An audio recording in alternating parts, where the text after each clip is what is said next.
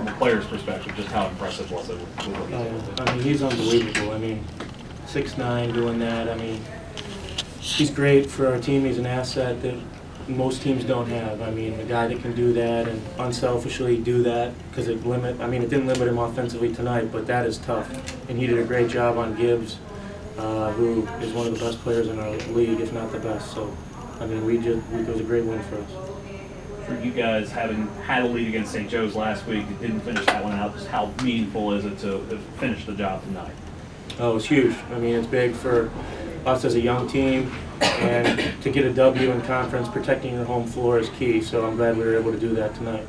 And then with you and Utah and Jordan all scoring double digits, shooting pretty high percentage, kind of what was clicking offensively for you guys? I think we moved the ball well, and we got open shots, and we hit them today, which was big. And Jordan was 3 for 4 from 3. Yeah, I mean, everyone hit shots, so that was huge. I mean, Matt Hart had the biggest 3 of the game down the stretch. So I mean, just moving the ball and doing what we do is what we pride ourselves on, offensively and defensively. That offensive rebound tip there that you had, I guess, in the last minute or so, was that just a matter of just trying to keep the ball alive and hoping it went to somebody? Yeah, I mean, Yuta did a good job flashing to the ball, so I was able to get it to him, and then he made a great play. So that's huge. I mean, that's a winning play, as Coach would say. I mean, we just got to keep making winning plays, especially at home, to protect our home floor and continue to get better. Seemed like a team effort protecting the rim tonight. What was kind of the mindset going, trying to stop them from scoring at the basket? Oh, I mean, Smitty, Marfo, AT, they're very athletic, they're big, they protect the rim. So that's a huge asset for us. And Gibbs was going in there. He had a hard time, but he still finished with, 16. But we did a good job protecting the rim, and that was key because we were going to pressure them on the perimeter because they can shoot it so well. So having someone back there to clean it up was big.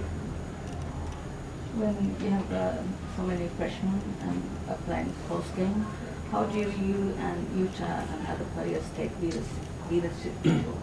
Just keeping everyone together, huddling when we're at the foul line, or relaying the message the coach is trying to relay to us if guys don't get it. But mostly just keeping everyone calm and having the ball in Jaren's hands and Utah's and I's down the stretch. That's huge. I mean, and Matt Hart's a veteran as well. He made big shots, and Jordan's growing up before our eyes. So, I mean, it's just good to have that experience as well as the young deer in headlights type guys. So we just got to keep leading them. All right, thank you, Tyler. The job that he does that has to wear him out a great deal, chasing that guy around. But, how much did you rely on him to rein Gibson? He was the reason we won the game. He was the reason we won the game. He's one of the most selfless teammates I've ever seen in my life. He wanted to guard Justin Robinson tonight. He wanted to guard Jack Gibbs tonight. He wants to challenge himself in that sense. And for a 6'9" kid to want to do that, we would run around knowing he's going to be fatigued, knowing he's going to be tired. Nobody really wants to do that, but he, relishes that challenge, and that's impressive. That's selfless. It's impressive. That's a wolf wanting to hunt for the pack, for the good of the pack. You know what I mean? So vital. He's a big reason why we won the game. And then with Jordan now scoring double digits in 6 straight games, is that becoming expected to kind of have him along with Tyler and Utah scoring big numbers? Is that becoming expected, I guess? I hope so. If he can score double digits, I'll let him go ahead. But he's doing a good job being aggressive. He's taking really good shots. He's not forcing the issue. He's taking and making good shots, and I think that's why he's been playing well as of late. He's not forcing the issue. He's letting the game come to him. He's getting shots within the flow of our offense. And if you do that, you're going to get good shots. He's not pressing, he's not forcing the issue. So, he's playing well. We're going to continue to not go to him per se, but expect him to continue to take good shots. And if we continue to move the ball and play selflessly and understand that we've got to sacrifice good shots for great shots, guys are going to get good shots. You know what I'm saying? Guys are going to be able to get open shots and within our offense and be able to knock them down. That's what we've done as of late, and that's what Jordan's been doing for the last 6 games. Well, the last minute and a half between running the shot clock, getting the offensive rebound with Tyler, and then getting the ball in Jaren's hands and letting him get fouled. Was that kind of a growing up type of moment for you guys, especially after the conference opener last week? Yeah, absolutely. I mean, we practice situations like that almost every day. So our team has been in that situation, that exact situation yesterday. I mean, during practice throughout the year, and be able to execute it and do it in a live game against a really good team, really well-coached team, is big for our confidence, big for our understanding what we need to do and how we need to execute, understanding for our young guys what conference games are going to be like. These last 2 games are perfect examples for our young guys who haven't played any college basketball in conference to know what conference play is like. You might not get great calls, shots might not fall, you got to be able to rely on your defense, rely on different things in games, you got to knock down free throws. Every game is going to be a street fight, you got to have your dukes up, you know what I mean? So great learning experience for our guys.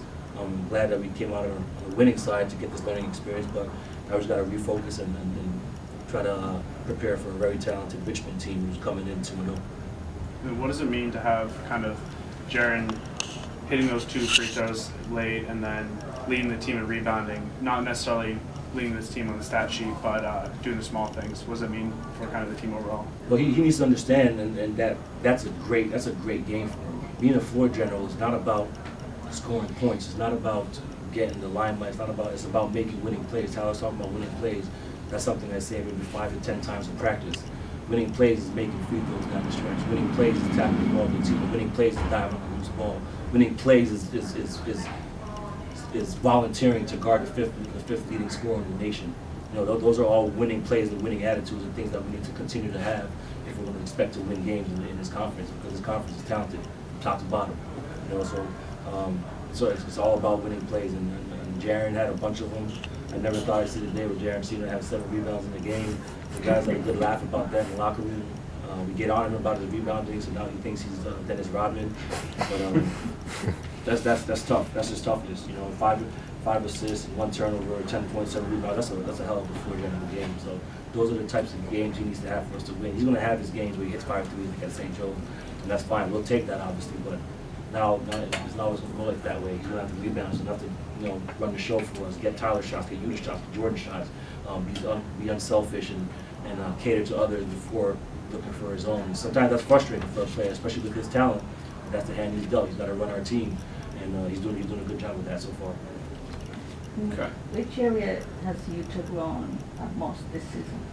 He's been in Wicks since his freshman year, but what's the area that he's I think the biggest area where he's grown is his confidence. Honestly, he's been able to grow as a leader. He's been able to grow as a teammate. He's been able to grow vocally. He's more of a presence and a voice in practice, and that's something he didn't really do as a freshman and as a sophomore. You hear him a lot more. He's maybe it's because we have a bunch of young guys, and he feels like he needs to lead those guys. Whatever it is, I'll take it. But he's really grown in his confidence and being outspoken on the court and in practice and stepping up to challenges and all that kind of stuff. So I think that's the biggest area where he's grown. He's always been talented, always been able to shoot, he's always been athletic, he's always been all those things. But his confidence in various aspects of the game has grown. Anything else? Thanks, guys.